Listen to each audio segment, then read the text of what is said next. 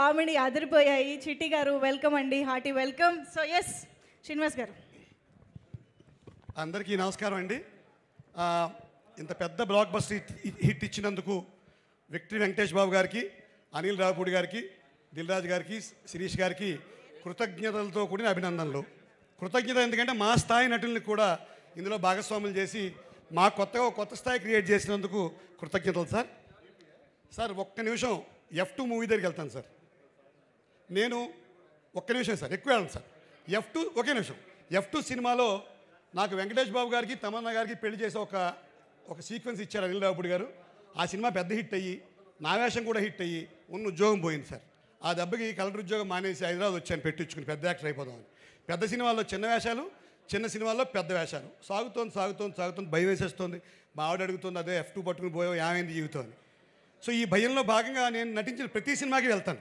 ప్రతి సినిమాకి ఆ ఇంటర్వెల్లో ఎవరైనా గుర్తుపడతాడేమో ఆశతోటి ఆ ఇంటర్వెల్లో బయటకు వచ్చి థమ్స్అప్ తాగుతాను సార్. ఫస్ట్ అయిపోతుంది, ఒక్కడు కూడా గుర్తుపట్టాడు. తర్వాత లిమ్కా, స్ప్రైటు, కాఫీ, టీ అన్నీ అయిపోతాయి. ఈ లోపల ఇంటర్వెల్ బెల్లం అవుతుంది, అందరూ నన్ను తోసుకుంటూ లోపలికి వెళ్ళిపోతారు. ఒక్కడు కూడా పట్టించుకోడు. లోపలికి వెళ్ళిన తర్వాత ఓ రోజు జరిగింది సార్, పక్క సీట్లో ఒకడు కూర్చున్నాడు. ఎవడూ పట్టించుకోవట్లేదు. 3 ఏళ్ళు అయిపోయింది, అందరూ కలెక్టర్లు అయిపోయారు, జీవితం ఇలా అయిపోయిందని భయం వేస్తుంది.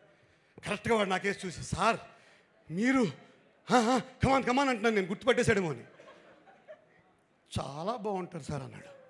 ఇదేంటి మన సినిమాలో ఆ పప్పా పాండే గాడు ఆ జార్జ్ యాంటనీ తొడమి చేసినట్టు వేస్తాడమని భయం వేసి నేను పక్క సీటుకి వెళ్ళి సర్దు కూర్చున్నాను సార్. ఇది నా ఇంటర్వ్యూల అనుభవం. అయితే మొన్న నేను నారాయణ గారు అమలాపురంలో ఈ సినిమాకి వెళ్ళాం.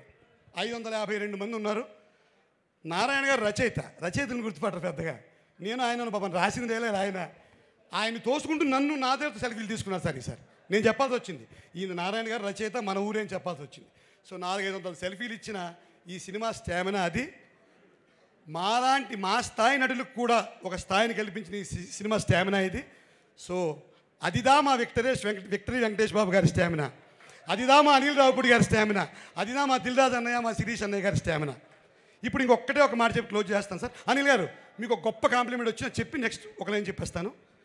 సుబ్రహ్మణ్యం గారని ఒక ఆయన రిటైర్డ్ ప్రొఫెసర్ సార్, అంటే ఆయన నాగార్జున యూనివర్సిటీలో 1940 నుంచి వచ్చిన ప్రతి సినిమా మీద ఆయన రివ్యూ రాశారు. చాలా గొప్ప మనిషి ఆయన, సినిమా ప్రేమికుడు, రిటైర్డ్ ప్రొఫెసర్, 80 ఏళ్ల మనిషి. ఆయన ఈ విమర్శల మీద రాస్తూ ఆయన ఒక మాట రాశారు.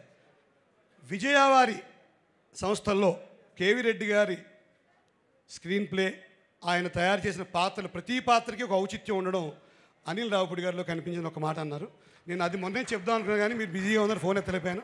సో విజయా సంస్థ కేవీ రెడ్డి గారితో అనిల్ గారి స్క్రీన్ ప్లేని ఈ పాత్రలందరికీ ఔచిత్యం కల్పించడాన్ని పోల్చారు. సో ఈ సినిమాని తెలుగు ప్రేక్షకులందరూ లాలించారు, శాసించారు, ప్రేమించారు, నవ్వుకున్నారు, మురిపించారు. ఫైనల్గా ఒక్కటే మాట, పోతారు, అందరూ పోతారు. మన సినిమా డైలాగే, ఎక్కడికి? సంక్రాంతికి వస్తున్నాం సినిమాకే పోతారు, వేరే సినిమాలకు పోరు. జై Hind. Thank you very much. Thank you అండి. పమ్మిసాయి గారు మాట్లాడతారు ఇప్పుడు.